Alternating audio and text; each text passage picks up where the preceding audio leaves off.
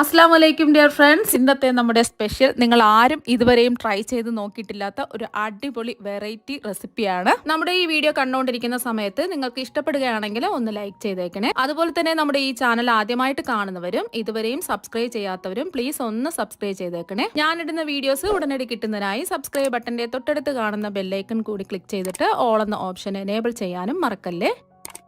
അപ്പൊ ആദ്യം തന്നെ ഇതിനായിട്ട് 250 ml കപ്പിന് 1 കപ്പ് പച്ചരി ഒരു ബൗളിലേക്ക് ഇട്ട് കൊടുക്കാം. ഞാനിപ്പോൾ എടുത്തിട്ടുള്ളത് ഇടിയപ്പം, അപ്പം, പുട്ട്, ദോശക്കൊക്കെ എടുക്കുന്ന സാധാരണ പച്ചരിയാണ് എടുത്തിട്ടുള്ളത്. ഞാനിപ്പോൾ 250 ml കപ്പിന് 1 കപ്പ് പച്ചരിയാണ് എടുത്തിട്ടുള്ളത്. അപ്പോൾ ഇതുപോലത്തെ അളവ് കപ്പ് ഇല്ലാന്നുണ്ടെങ്കിൽ സാധാരണ വലിപ്പമുള്ള വീട്ടിലുള്ള ഏതെങ്കിലും ഒരു ഗ്ലാസ് എടുക്കുക. ആ ഗ്ലാസിന്റെ വലിപ്പത്തിനനുസരിച്ചിട്ട് അരി അളന്നിട്ടെടുക്കുക. ഇനി അതിന് നല്ലതുപോലെ ഒന്ന് കഴുകി വൃത്തിയാക്കി എടുക്കാം. ഇപ്പൊ പച്ചരി നല്ലതുപോലെ കഴുകി വൃത്തിയാക്കി എടുത്തിട്ടുണ്ട്. ഇനി അരി ഒന്ന് കുതിർത്തെടുക്കണം. അതിന് വേണ്ടിയിട്ട് കുറച്ച് വെള്ളം ഒഴിച്ച് വെക്കാം. അരി മുങ്ങിക്കിടക്കത്തക്ക രീതിയിൽ ഇതുപോലെ വെള്ളം ഒഴിച്ച് ഒരു 2 മണിക്കൂറെങ്കിലും കുതിർക്കാൻ വെക്കാം. ഇപ്പൊ നമ്മൾ പച്ചരി വെള്ളം ഒഴിച്ച് കുതിർക്കാൻ വെച്ചിട്ട് ഒരു 2 മണിക്കൂർ കഴിഞ്ഞിട്ടുണ്ട്. ഒരു പച്ചരി ആയതുകൊണ്ട് തന്നെ പെട്ടെന്ന് തന്നെ ഇത് കുതിർന്ന് കിട്ടും. അപ്പൊ നല്ലോണം ഇതാ കുതിർന്ന് കിട്ടിയിട്ടുണ്ട്. ഇനി ഇതിലുള്ള വെള്ളം നമുക്ക് മാറ്റിയിട്ട് മിക്സിയുടെ ജാറിലേക്ക് അരി ഇട്ട് കൊടുക്കാം.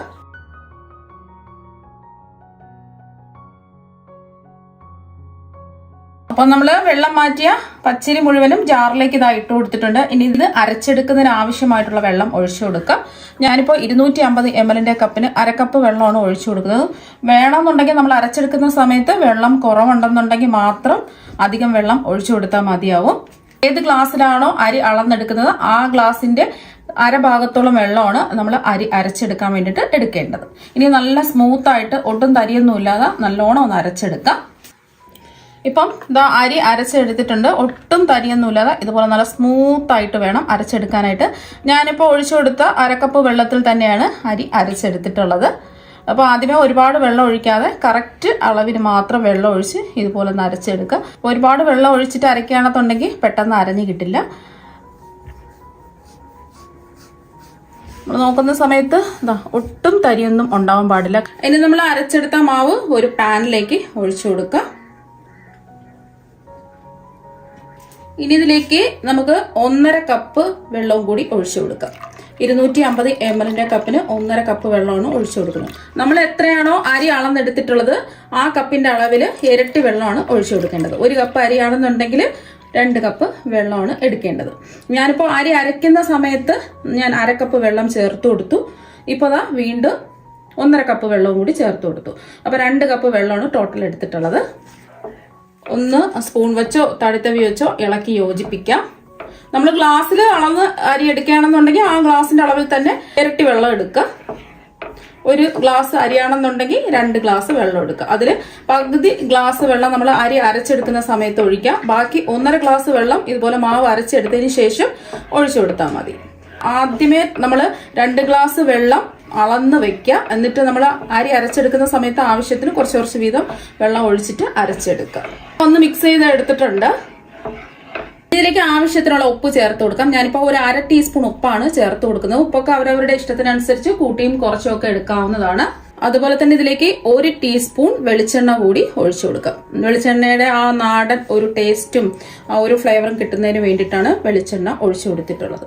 ഒന്നുകൂടി ഒന്ന് മിക്സ് ചെയ്യാം. ഞാൻ ഫ്ലെയിം ഓൺ ആക്കിയിട്ടില്ല. എല്ലാം ഒന്ന് മിക്സ് ചെയ്തെടുത്തതിന് ശേഷമാണ് ഫ്ലെയിം ഓൺ ആക്കേണ്ടത്.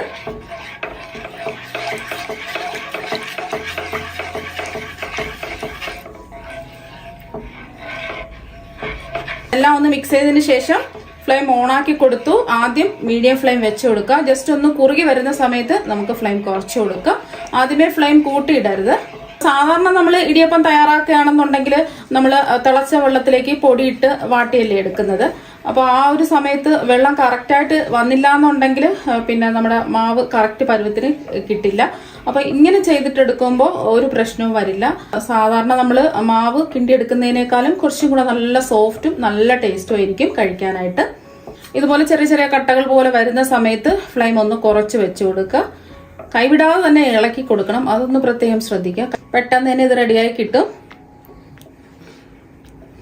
പാനിൽ നിന്ന് നമുക്ക് വിട്ട് വരണം. അതുവരെയും ഒന്ന് ഇളക്കി കൊടുക്കുക. ഇതിൽ വെള്ളം കൂടിയെന്ന് പറഞ്ഞിട്ട് കുഴപ്പമൊന്നുമില്ല. വെള്ളം കുറയാതിരുന്നാൽ മാത്രം മതി. കുറച്ച് വെള്ളം കൂടിപ്പോയാലും കുഴപ്പമൊന്നുമില്ല. പാത്രം എടുക്കുന്ന സമയത്ത് കുറച്ച് അടികട്ടിയുള്ള പാത്രം എടുക്കാൻ ശ്രദ്ധിക്കുക. അപ്പോൾ അടി പിടിക്കാതെ നമുക്ക് കറക്റ്റായിട്ട് നമുക്കിത് ഇളക്കിയെടുക്കാൻ പറ്റും. നോൺ സ്റ്റിക്കിൻ്റെ പാൻ ഉണ്ടെന്നുണ്ടെങ്കിൽ അത് എടുക്കുകയായിരിക്കും നല്ലത്. കുറച്ചും കൂടി 2 മിനിറ്റ് പോലും വേണ്ട. അതാ കണ്ടില്ലേ, പെട്ടെന്ന് റെഡിയായി കിട്ടും. ഇപ്പം കണ്ടില്ലേ, പാനിൽ നിന്ന് ഇതാ വിട്ട് വരാറായി വന്നിട്ടുണ്ട്. മാവെല്ലാം കറക്റ്റായിട്ട് ഉരുട്ട് വന്നിട്ടുണ്ട്.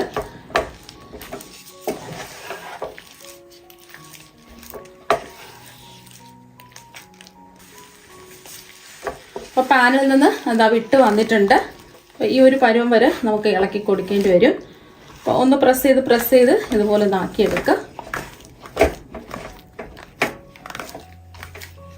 ഇപ്പോൾ ആ പാനിൽ നിന്ന് വിട്ട് വന്നിട്ടുണ്ട്. ഈ ഒരു പരുവം ആവുന്നത് വരെ നമുക്ക് ഇളക്കി കൊടുക്കേണ്ടി വരും. എന്നിട്ട് ഇതുപോലെ ഒന്ന് പ്രസ് ചെയ്ത് കൊടുക്കുക. കട്ടകൾ ഉണ്ടെന്നുണ്ടെങ്കിൽ ഉടഞ്ഞു കിട്ടിക്കോളും. മാവ് കറക്റ്റ് പരുവത്തിന് റെഡിയായി കിട്ടിയിട്ടുണ്ട്. ഇനി മാവ് ഈ പാനിൽ തന്നെ വെച്ചിരിക്കുന്നത്. പാൻ നല്ല ചൂടാണ്. അപ്പൊ ഈ ചൂട് കൊണ്ട് മാവ് ഡ്രൈ ആയി പോകും. അതുകൊണ്ട് നമുക്ക് ഇതൊരു പാത്രത്തിലേക്ക് മാറ്റാം. അപ്പൊ ആ ചൂടോടുകൂടി തന്നെ ഈ മാവ് ഒരു ബൗളിലേക്ക് ഇട്ട് കൊടുക്കാം. ഇനി മാവ് കുറച്ച് സമയം ഒന്ന് മൂടി വെച്ച് റെസ്റ്റ് ചെയ്യാൻ വയ്ക്കാം. ഈ മാവ് നമുക്ക് ചൂടോടുകൂടി കുഴച്ചെടുക്കേണ്ട ആവശ്യമൊന്നുമില്ല. മാവ് നല്ല സോഫ്റ്റ് ആയിട്ട് തന്നെ ഇരിപ്പുണ്ട്. സാധാരണ നമ്മൾ മാവ് പച്ചവെള്ളത്തിലിട്ട് റെഡിയാക്കി എടുക്കുകയാണെന്നുണ്ടെങ്കിൽ ആ ചൂടോടുകൂടി തന്നെ കുഴച്ചെടുത്തില്ലെന്നുണ്ടെങ്കിൽ നല്ല സോഫ്റ്റ് ആയിട്ട് കിട്ടില്ല. അപ്പം ഇങ്ങനെ ചെയ്തിട്ടെടുക്കുന്ന മാവില് നമ്മൾ കുഴച്ചെടുക്കേണ്ട ആവശ്യമൊന്നുമില്ല. കുറച്ച് സമയം ഈ മാവൊന്ന് മൂടി വെച്ച് കൊടുക്കുക. അപ്പൊ കുറച്ചും കൂടെ ഒന്ന് മാവ് വെന്ത് കിട്ടും. ഈ ഒരു സമയം കൊണ്ട് ചൂടായി കിടക്കുന്ന ഒരു കടായിലേക്ക് ഒരു 2 ടേബിൾ സ്പൂൺ വെളിച്ചെണ്ണ ഒഴിച്ചു കൊടുക്കാം. എണ്ണ ഒന്ന് ചൂടാവട്ടെ. എണ്ണ ഒന്ന് ചൂടായതിനു ശേഷം ഇതിലേക്ക് ഒരു 1/2 ടീസ്പൂൺ വലിയ ജീരകം ചതച്ചത് ചേർത്ത് കൊടുക്കുക. പെരിഞ്ജീരകമാണ്, ചെറിയ ജീരകമല്ല. അതുപോലെ തന്നെ ഇതിലേക്ക് നമ്മൾ ചേർത്ത് കൊടുക്കുന്നത് ഒരു ഏലക്ക ചതച്ചെടുത്തതാണ്. തൊണ്ട് മാറ്റിയിട്ട് വേണമെന്നുണ്ടെങ്കിലും ചേർത്ത് കൊടുക്കുക. ഒന്ന് ഇളക്കി കൊടുക്കുക. ഇപ്പൊ നല്ലൊരു പെരിഞ്ജീരകം മൂത്തതിന്റെ ഒരു മണമൊക്കെ വരുന്ന സമയത്ത് ഇതിലേക്ക് ഒരു 10 അല്ലി വെളുത്തുള്ളി അല്ലി ചതച്ചെടുത്തിട്ടുള്ളതാണ്. ചതച്ചെടുക്കുമ്പോൾ മാത്രമേ പ്രത്യേക ഒരു ടേസ്റ്റ് ഉണ്ടാവുള്ളൂ. അതുപോലെ തന്നെ ഒരു ചെറിയ കഷ്ണം ഇഞ്ചി ചതച്ചെടുത്തതും കൂടി ചേർത്ത് കൊടുക്കാം. ഇതിന്റെ പച്ചമണം മാറി കിട്ടുന്നവരെ ഒന്ന് ഇളക്കി കൊടുക്കാം. ഇപ്പൊ ഒരു 20 സെക്കൻഡ് ആയപ്പോൾ ഇഞ്ചിയുടെയും വെളുത്തുള്ളിയുടെയും ആ ഒരു പച്ച ചുവയൊക്കെ ഒന്ന് മാറിയിട്ടുണ്ട്. ഈ ഒരു സമയം ഇതിലേക്ക് 5 സവാള നീളത്തിൽ ഇതുപോലെ കട്ട് ചെയ്തെടുത്തതും കൂടി ചേർത്ത് കൊടുക്കാം. വലിയ സവാള ആണെന്നുണ്ടെങ്കിൽ 4 എണ്ണമൊക്കെ എടുത്താൽ മതിയാകും. ചെറിയ മീഡിയം സൈസ് സവാള ആയതുകൊണ്ടാണ് 5 എണ്ണം എടുത്തിട്ടുള്ളത്. സവാള പെട്ടെന്ന് വാടി കിട്ടുന്നതിന് ആവശ്യമായിട്ടുള്ള ഉപ്പും കൂടി ചേർത്ത് കൊടുക്കാം. ഒരു 1/2 ടീസ്പൂൺ ഉപ്പാണ് ചേർത്ത് കൊടുക്കുന്നത്. നോക്കിയിട്ട് പിന്നീട് ലാസ്റ്റ് ഉപ്പ് കുറവുണ്ടെന്നുണ്ടെങ്കിൽ ചേർത്ത് കൊടുത്താൽ മതി. ഒന്ന് ഇളക്കി കൊടുക്കാം. സവാള എല്ലാം നന്നായിട്ടൊന്ന് വാടി വരട്ടെ. മീഡിയം ഫ്ലെയിം വെച്ച് കൊടുക്കുക. ഇപ്പോൾ സവാളൊക്കെ ജസ്റ്റ് ഒന്ന് വാടി കിട്ടിയിട്ടുണ്ട്. ഈ ഒരു സമയം ഒരു പച്ചമുളക് ചെറുതായിട്ട് കട്ട് ചെയ്ത് ചേർത്ത് കൊടുക്കാം. ഇത് എരിവുള്ള പച്ചമുളക് ആയതുകൊണ്ടാണ് 1 എണ്ണം എടുത്തിട്ടുള്ളത്. എരിവില്ലാത്ത പച്ചമുളകാണെന്നുണ്ടെങ്കിൽ 2 എണ്ണം വരെ എടുക്കാം. ഒന്ന് ഇളക്കി കൊടുക്കാം. ഈ സവാളയൊക്കെ വഴന്ന് ചെറിയൊരു ഗോൾഡൻ നിറം ആവുന്നത് വരെ ഇതുപോലെ ഒന്ന് ഇളക്കി കൊടുക്കുക. ഇടയ്ക്കൊന്ന് ഇളക്കി കൊടുത്താൽ മതിയാവും. അപ്പോൾ സവാള എല്ലാം ഒരു ഗോൾഡൻ നിറമായിട്ടുണ്ട്. ഈ ഒരു സമയം ഫ്ലെയിം കുറച്ച് വെച്ച് കൊടുക്കാം. ഇനി ഇതിലേക്ക് 2 ടീസ്പൂൺ മുളക് പൊടി ചേർത്ത് കൊടുക്കാം. ഞാനിപ്പോൾ കാശ്മീരി മുളക് പൊടിയാണ് എടുത്തിട്ടുള്ളത്. സാധാരണ എരിവുള്ള മുളക് പൊടിയാണെന്നുണ്ടെങ്കിൽ 1 ടീസ്പൂണൊക്കെ ചേർത്ത് കൊടുത്താൽ മതിയാകും. നമ്മളിതിൽ പച്ചമുളക് ചേർത്തിട്ടുണ്ട്. ആവശ്യത്തിന് മാത്രം മുളക് പൊടി ചേർത്ത് കൊടുക്കുക. ഇനി 1 ടീസ്പൂൺ മല്ലിപ്പൊടി ചേർത്ത് കൊടുക്കുക. ഇനി ഒരു 1/4 ടീസ്പൂൺ മഞ്ഞൾപ്പൊടിയും കൂടി ചേർത്ത് കൊടുക്കുക. അതിന് ഇതിലേക്ക് നമ്മൾ ചേർത്ത് കൊടുക്കുന്നത് ഒരു 1/4 ടീസ്പൂൺ ഗരം മസാല പൊടിയാണ്. കൂടിപ്പോകരുത്, ഒരു 1/4 ടീസ്പൂൺ ചേർത്ത് കൊടുത്താൽ മതി. പൊടിയുടെ പച്ചമണം മാറി കിട്ടുന്നവരെ ഒന്ന് ഇളക്കി കൊടുക്കാം. പെട്ടെന്ന് തന്നെ പൊടിയുടെ പച്ചമണമൊക്കെ ഒന്ന് മാറിക്കിട്ടും. നമ്മൾ വഴറ്റിയെടുത്ത ചൂടായ സവാളയിലല്ലേ നമ്മൾ ഈ പൊടികളൊക്കെ ചേർത്ത് കൊടുത്തിട്ടുള്ളത്. അപ്പോൾ ഒന്ന് ഇളക്കി കൊടുത്തതിന് ശേഷം ഇതിലേക്ക് ഒരു വലിയ തക്കാളി ഇതുപോലെ നീളത്തിൽ കട്ട് ചെയ്തും കൂടി ചേർത്ത് കൊടുക്കാം. ചെറുതാണെങ്കിൽ 2 എണ്ണം ചേർത്ത് കൊടുക്കുക, വലുതാണെങ്കിൽ 1 എണ്ണം ചേർത്ത് കൊടുത്താൽ മതി. ഒന്ന് ഇളക്കി കൊടുത്തതിന് ശേഷം തക്കാളി എല്ലാം ഒന്ന് സോഫ്റ്റായി കിട്ടുന്നത് വരെ നമുക്കൊന്ന് മൂടി വെച്ച് കൊടുക്കാം. ഫ്ലെയിം കുറച്ച് തന്നെ വെച്ച് കൊടുക്കാം. ഇടയ്ക്കൊന്ന് ഇളക്കി കൊടുക്കുക. തക്കാളി ചേർത്ത് കൊടുത്തതിന് ശേഷം മൂടി വെച്ച് വേവിക്കാൻ തുടങ്ങിയിട്ട് ഒരു 2 മിനിറ്റായി ഇടയ്ക്കൊന്ന് ഇളക്കി കൊടുത്തിട്ടുണ്ടായിരുന്നു. ഇനി നമുക്കൊന്ന് തുറന്ന് നോക്കാം. അപ്പോൾ തക്കാളിയെല്ലാം നല്ല സോഫ്റ്റായിട്ട് കിട്ടിയിട്ടുണ്ട്. ഈ ഒരു സമയം ഉപ്പൊക്കെ ഉണ്ടോ എന്ന് ചെക്ക് ചെയ്ത് നോക്കാം. ഞാനിപ്പോൾ നോക്കിയപ്പോൾ ഉപ്പ് കുറവായതുകൊണ്ട് കുറച്ച് ഉപ്പും കൂടി ചേർത്ത് കൊടുക്കുകയാണ്. ഒരു 1/4 ടീസ്പൂൺ ഉപ്പ് ചേർത്ത് കൊടുക്കാം. ഇതിൻ്റെ കൂടെ നിങ്ങൾക്ക് വേണമെന്നുണ്ടെങ്കിൽ ഒരു 1/4 ടീസ്പൂൺ പഞ്ചസാരയും കൂടി ചേർത്ത് കൊടുക്കാവുന്നതാണ്. നല്ല പ്രത്യേക ഒരു ടേസ്റ്റ് ആയിരിക്കും. ഞാനിപ്പോൾ പഞ്ചസാര ചേർക്കുന്നില്ല. ഉപ്പും കൂടി ചേർത്ത് കൊടുത്ത് ഒന്ന് ഇളക്കി കൊടുക്കാം. ഇതിലേക്ക് ഒരു തണ്ട് കറിവേപ്പില ഇതുപോലെ ഒന്ന് ഞെരടി ഇട്ട് കൊടുക്കാം. പെട്ടെന്ന് തന്നെ നമുക്ക് റെഡിയാക്കി എടുക്കാവുന്നതാണ്. ഇനി ഇതിലേക്ക് നമ്മൾ പുഴുങ്ങി വെച്ചിരിക്കുന്ന മുട്ട ചേർത്ത് കൊടുക്കാം. ഞാനിപ്പോൾ മുട്ട പുഴുങ്ങിയെടുത്തിട്ട് ഇത് വരഞ്ഞ് വെച്ചിരിക്കുകയാണ്. 5 മുട്ടയാണ് എടുത്തിട്ടുള്ളത്.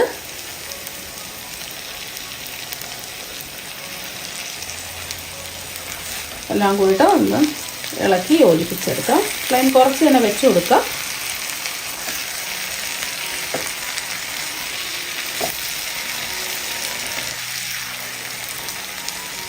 ഇനി മുട്ടയിലും കൂടി ഒന്ന് മസാല പിടിച്ച് കിട്ടുന്നതിന് വേണ്ടിയിട്ട് ഒരു 30 സെക്കൻഡ് ഒന്ന് മൂടി വെച്ച് കൊടുക്കാം.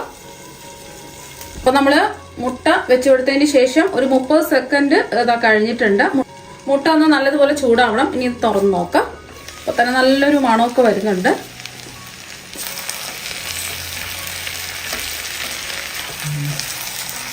അപ്പോൾ വളരെ പെട്ടെന്ന് റെഡിയാക്കി എടുക്കാൻ പറ്റുന്ന മുട്ട റോസ്റ്റ് ഇവിടെ റെഡിയായിട്ടുണ്ട്. നമ്മളിതിലൊട്ടും തന്നെ വെള്ളമൊന്നും ഒഴിച്ചിട്ടില്ല. അങ്ങനെ വളരെ പെട്ടെന്ന് റെഡിയാക്കി എടുക്കാൻ പറ്റുന്ന മുട്ട റോസ്റ്റ് ഇതിവിടെ റെഡിയായിട്ടുണ്ട്. ഇവിടെ ഇരിക്കട്ടെ. ഇപ്പം നമ്മൾ മാവ് റെസ്റ്റ് ചെയ്യാൻ വെച്ചിട്ട് 5 മിനിറ്റ് മാത്രമേ ആയിട്ടുള്ളൂ. ഇനി നമുക്ക് തുറന്ന് നോക്കാം. അപ്പോൾ മാവ് നല്ല സോഫ്റ്റ് ആയിട്ടാണ് ഇരിക്കുന്നത്. നമുക്ക് പിടിച്ച് നോക്കുമ്പോൾ അറിയാൻ പറ്റും മാവ് നല്ല സോഫ്റ്റ് ആയിട്ടാണ് ഇരിക്കുന്നത്. ഇനി നമുക്ക് കുഴച്ചെടുക്കേണ്ട ആവശ്യമൊന്നുമില്ല. സാധാരണ നമ്മൾ ഇടിയപ്പത്തിന് മാവ് തയ്യാറാക്കുകയാണെന്നുണ്ടെങ്കിൽ ആ ചൂടോടുകൂടി തന്നെ നമ്മൾ കുഴച്ചെടുക്കണം. അല്ലെങ്കിൽ സോഫ്റ്റായിട്ട് മാവ് കിട്ടില്ല. അപ്പോൾ കൈ പൊള്ളാനൊക്കെ സാധ്യതയുണ്ട്. അപ്പോൾ ഇങ്ങനെ ചെയ്തിട്ട് എടുക്കുമ്പോൾ കൈ പൊള്ളുകയോ അങ്ങനത്തെ പ്രശ്നങ്ങളൊന്നും വരുന്നില്ല. ഇനി ഇതിൽ നിന്നും കുറച്ച് മാവ് എടുക്കാം.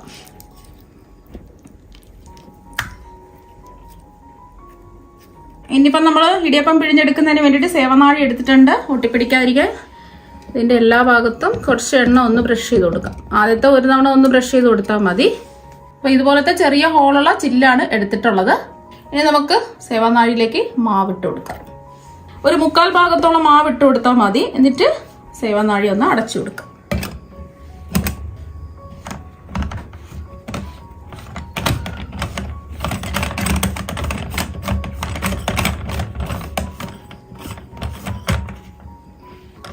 ഇനി നമുക്ക് മാവൊന്ന് പിഴിഞ്ഞൊഴിക്കാം.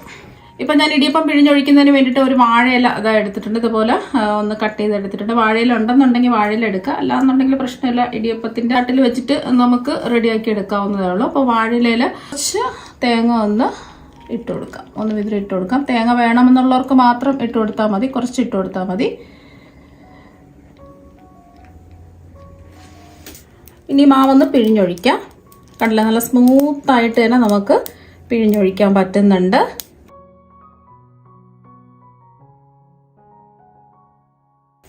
എത്ര കനം വേണം അതിനനുസരിച്ചിട്ട് പിഴിഞ്ഞിട്ടൊഴിക്കുക.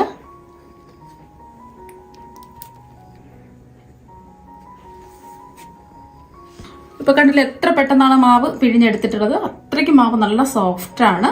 ഇനി വാഴയിൽ ഇല്ലാത്തവരാണെന്നുണ്ടെങ്കിൽ ഇടിയപ്പത്തട്ട് എടുത്തിട്ട് അതിൽ പിഴിഞ്ഞൊഴിച്ചാലും മതി. പുറത്തൊക്കെ താമസിക്കുന്നവരാണെന്നുണ്ടെങ്കിൽ വാഴയിലയും അല്ലെങ്കിൽ ഇടിയപ്പത്തട്ടൊന്നും ഉണ്ടാവില്ല. അപ്പോൾ അങ്ങനെയുള്ളവർക്ക് ബട്ടർ പേപ്പറിൽ പിഴിഞ്ഞൊഴിച്ചാലും മതി. ഇപ്പം ഞാൻ ഇടിയപ്പത്തിൻ്റെ ഒരു തട്ട് എടുത്തിട്ടുണ്ട്. എല്ലാ കുഴികളിലും കുറച്ച് എണ്ണ ഒന്ന് ബ്രഷ് ചെയ്ത് കൊടുക്കാം. വെളിച്ചെണ്ണ തന്നെ ബ്രഷ് ചെയ്ത് കൊടുക്കുക. കുറച്ച് തേങ്ങ ഇട്ട് കൊടുക്കുക. നമ്മൾ മാവ് തയ്യാറാക്കി എടുക്കുന്ന സമയത്ത് വേണമെന്നുണ്ടെങ്കിൽ കുറച്ച് തേങ്ങാപ്പാൽ വേണമെന്നുണ്ടെങ്കിൽ ചേർത്ത് കൊടുക്കുക. നമ്മളിപ്പോൾ ഇതിൽ തേങ്ങ ഇതുപോലെ ചേർത്ത് കൊടുക്കുന്നത് കൊണ്ടാണ് തേങ്ങാപ്പാൽ ചേർക്കാത്തത്. അപ്പോൾ അങ്ങനെ ആകുമ്പോൾ നമ്മൾ അരി അരച്ചെടുക്കുന്ന സമയത്ത് ഒരു 1/2 കപ്പ് നല്ല കട്ടിയുള്ള തേങ്ങാപ്പാൽ ഒഴിച്ചു കൊടുക്കുകയാണെന്നുണ്ടെങ്കിൽ കുറച്ചും കൂടി ടേസ്റ്റ് കൂടുതലായിരിക്കും. അപ്പോൾ അങ്ങനെ ചെയ്യാൻ ആഗ്രഹമുള്ളവർക്ക് അങ്ങനെ ചെയ്യാം. അപ്പോൾ അതെല്ലാ കുഴികളിലും നമ്മൾ തേങ്ങ ഇട്ട് കൊടുത്തിട്ടുണ്ട്. ഇനി നമുക്ക് മാവ് പിഴിഞ്ഞൊഴിക്കാം. കണ്ടല്ലോ നല്ല സ്മൂത്തായിട്ടാണ് വരുന്നത്. അപ്പം നമുക്ക് മാവ് ഇനി വറുത്ത് പൊടിക്കേണ്ട ആവശ്യമൊന്നുമില്ല. ഇതുപോലെ പച്ചരി വീട്ടിലുണ്ടെന്നുണ്ടെങ്കിൽ ഈസി ആയിട്ട് നമുക്ക് കുതിർത്തെടുത്ത് അരച്ച് ഇടിയപ്പം റെഡിയാക്കി എടുക്കാൻ പറ്റും. പച്ചരി ആയതുകൊണ്ട് പെട്ടെന്ന് തന്നെ അത് കുതിർന്ന് കിട്ടുകയും ചെയ്യും.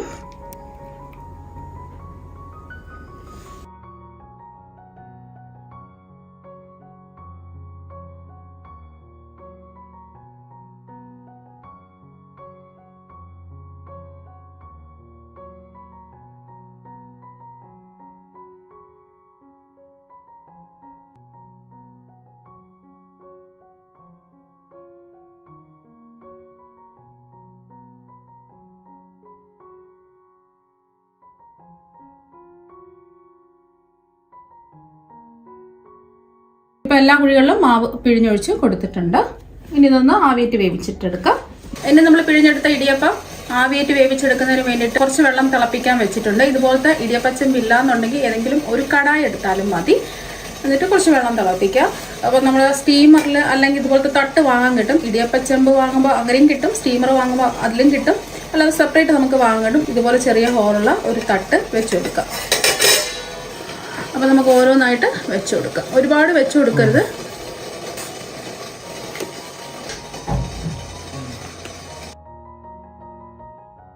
അപ്പോൾ ഇതുപോലെ ഒരു 4 എണ്ണമൊക്കെ വെച്ച് കൊടുത്താൽ മതിയാവും. ഒരുപാട് വെച്ച് കൊടുക്കരുത്, എന്നാൽ പിന്നെ ഒട്ടിപ്പിടിക്കും. അതിന് നമുക്ക് മീഡിയം ടു ഹൈ ഫ്ലെയിമിൽ വെച്ചിട്ട് ഇതൊരു 10 മിനിറ്റ് ആവിയിട്ട് വേവിച്ചിട്ടെടുക്കാം. അപ്പം നമ്മളിത് ഇടിയപ്പം ആവിയേറ്റാൻ വെച്ചിട്ട് ഒരു 10 മിനിറ്റ് ആയി. ഇനി നമുക്ക് തുറന്ന് നോക്കാം. അപ്പോൾ നമുക്ക് തൊട്ട് നോക്കുമ്പോൾ അറിയാൻ പറ്റും ഒട്ടിപ്പിടിക്കുന്നൊന്നുമില്ല. കറക്റ്റായിട്ട് ഇത് വെന്ത് കിട്ടിയിട്ടുണ്ട്. അപ്പോൾ ഇതിപ്പോൾ ചൂടോടുകൂടി എടുക്കരുത്. ജസ്റ്റ് ഒരു 30 സെക്കൻഡൊക്കെ കഴിഞ്ഞ് ഫ്ലെയിം ഓഫാക്കിയതിന് ശേഷം മാത്രമേ എടുക്കാവൂ, അല്ലെങ്കിൽ കൈ പൊള്ളാൻ സാധ്യതയുണ്ട്. 30 സെക്കൻഡ് കഴിയുമ്പോൾ ഇടിയപ്പച്ചെമ്പിൽ നിന്നും എടുത്ത് മാറ്റാം. അതുപോലെ തന്നെ ഒരുപാട് വെച്ച് കൊടുത്ത് ആവിയേറ്റ് വേവിച്ചെടുക്കരുത്. പരസ്പരം ഒട്ടിപ്പിടിച്ച് വെന്ത് കിട്ടില്ല. അടുത്തത് നമുക്ക് ഇടിയപ്പത്തട്ടിൽ മാവ് പിഴിഞ്ഞൊഴിച്ച് എടുത്തിട്ടുള്ളതും കൂടി ആവിയേറ്റ് ഒന്ന് വേവിച്ചിട്ടെടുക്കാം. ഇനി ഇത് ഒരു 10 മിനിറ്റ് മീഡിയം ടു ഹൈ ഫ്ലെയിമിൽ വെച്ചിട്ട് ആവിയേറ്റ് വേവിച്ചിട്ടെടുക്കാം.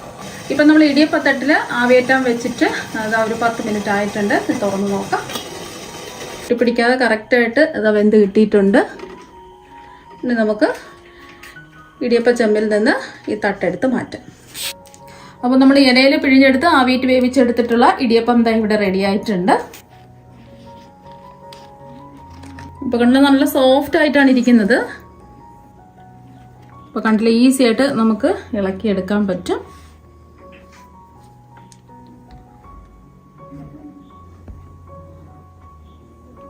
ഇപ്പോൾ കണ്ടില്ല, നല്ല സോഫ്റ്റ് ആയിട്ടാണ് ഈ ഇടിയപ്പം ഇരിക്കുന്നത്. ലെയറൊക്കെ വിട്ട് വരുന്നുണ്ട്.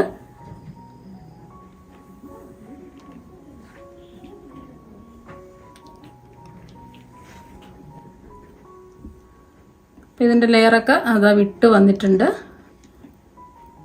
നല്ല സോഫ്റ്റാണ്, കഴിക്കാൻ വേണ്ടിയിട്ട് അടിപൊളി ടേസ്റ്റുമാണ്. ഇപ്പം ഞാനിത് ഇടിയപ്പത്തട്ടിൽ റെഡിയാക്കി എടുത്തിട്ടുള്ള ഇടിയപ്പമാണ്. ഇനി ഇതൊരു പാത്രത്തിലേക്ക് മാറ്റാം. ഇപ്പം കണ്ടില്ലേ, ഒട്ടും ഒട്ടിപ്പിടിക്കാതെ ഇതാ കറക്റ്റായിട്ട് ഇതാ കിട്ടിയിട്ടുണ്ട്. നമ്മളിതിൽ തേങ്ങ ചേർത്തുകൊണ്ട് ഒട്ടും ഒട്ടിപ്പിടിക്കാതെ ഇതാ കറക്റ്റ് പരുവത്തിന് കിട്ടിയിട്ടുണ്ട്.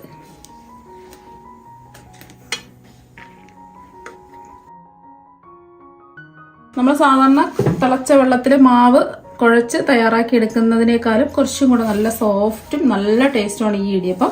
ഇനി മാവ് വറുത്ത് പൊടിക്കേണ്ട ആവശ്യമൊന്നുമില്ല. ഇതുപോലെ പച്ചരി വീട്ടിലുണ്ടെന്നുണ്ടെങ്കിൽ പെട്ടെന്ന് നമുക്ക് ഈസി ആയിട്ട് നല്ല സോഫ്റ്റ് ആയിട്ടുള്ള നല്ല ടേസ്റ്റി ആയിട്ടുള്ള ഇടിയപ്പം വീട്ടിൽ റെഡിയാക്കി എടുക്കാൻ പറ്റും. ഇതിൽ നിന്ന് ഒരെണ്ണം എടുത്ത് കാണിച്ചു തരാം. ഇപ്പോൾ കണ്ടില്ലേ, നല്ല ലെയറൊക്കെ വിട്ട് വന്നിട്ടുണ്ട്. നല്ല പഞ്ഞി പോലെ സോഫ്റ്റ് ആയിട്ടാണ് ഇരിക്കുന്നത്.